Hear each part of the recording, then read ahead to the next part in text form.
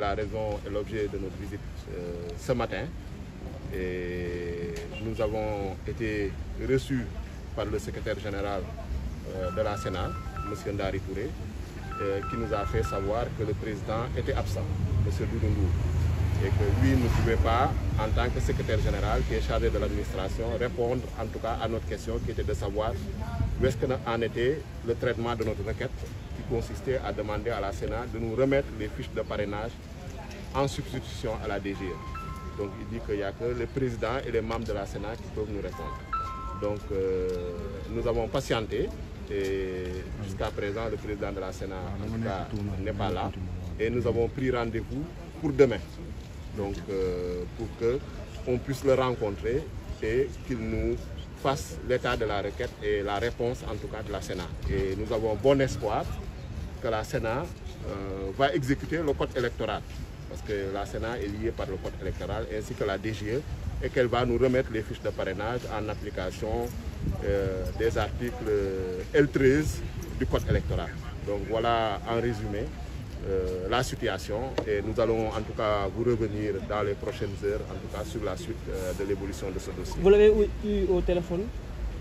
Quel a été ces mots?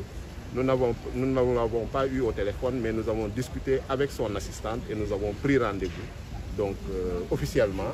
avec lui demain. Donc on espère qu'on le rencontrera pour discuter avec lui, parce que la Sénat est un service public et nous sommes venus avec en tout cas notre demande, et nous avons bon espoir qu'elle sera satisfaite demain et que nous recevrons en tout cas les fiches de parrainage ou à tout moins une réponse par rapport à l'évolution et au traitement de ce dossier-là. Demain, vous savez c'est à quelle heure? Demain, ça dépendra de l'heure du rendez-vous qui sera fixée bien sûr par le président de la Sénat. Nous avons en tout cas saisi le secrétaire général de la Sénat qui va lui transmettre, ainsi que son assistante qui va également lui transmettre notre demande de rendez-vous officiel pour le rencontrer et discuter avec lui. Bon, nous notons que depuis hier, il y a eu un dispositif policier renforcé autour de la Sénat, et nous pensons que ce n'est pas nécessaire, qu'ils doivent laisser la Sénat travailler dans la sérénité et ne pas essayer d'intimider, de menacer ou en tout cas de perturber en tout cas les membres de la Sénat, parce que je pense que c'est une institution, la Sénat, donc nous ne constituons pas une menace, nous ne constituons pas un risque, et je pense qu'il ne faut pas créer une atmosphère de peur, de méfiance de cette institution. Donc on doit les laisser travailler dans le calme et la sérénité et qu'on puisse appliquer le code électoral. Wow. Donc tey dañu ñëwoon man en tant que mandataire ou candidat Ousmane Sonko ànd seeg leader yi ak responsable yi ñu mel ni le président Cheikh Tidiane Dièye, l'honorable député Abbas Fall, le président Habib Sy Mamadou Lamine Dianté ak suñu huissier maître Wayne Dieng pour xool dossier bu ñu déposé woon Sénat fan la toll. Donc démb ñëwoon nañ ci gis ñu président bi tey ñu dellu si waat fi donc dossier bi lu ñu laajoon si demande bi mooy na Sénat puisque DGE Sénat laaj na ko mu jox ñu fiche de parrainage mais DGE ba léegi daa bañ daa lank, donc moom ak ministère de l'intérieur, donc Sénat na jël ay responsabilités comme nu ko loi bi code électoral mayee moom ci boppam mu jël jox jébbal ñu fiche de parrainage yu candidat Ousmane Sonko nu ko décision de justice au tribunal Ziguinchor laajee. Donc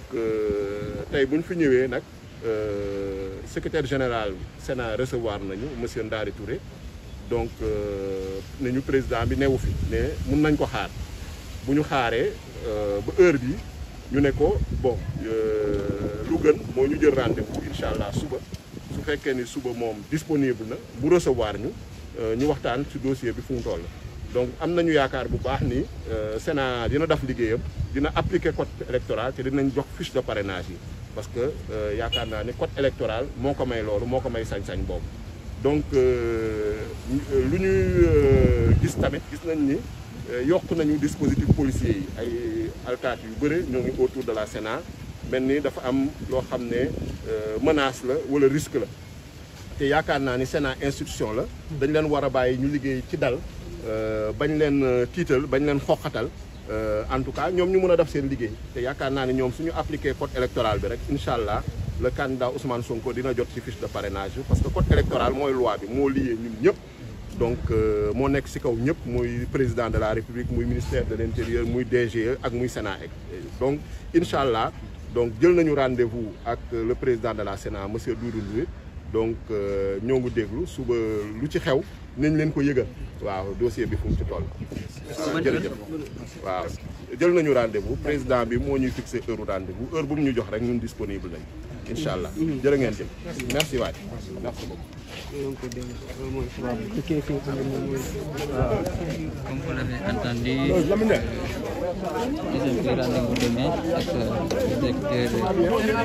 le directeur de la Sénat, Inch'Allah Rabbi. Suba jàpp nañ ne dinañ ci mën a am lu leer ci mbir yi quoi.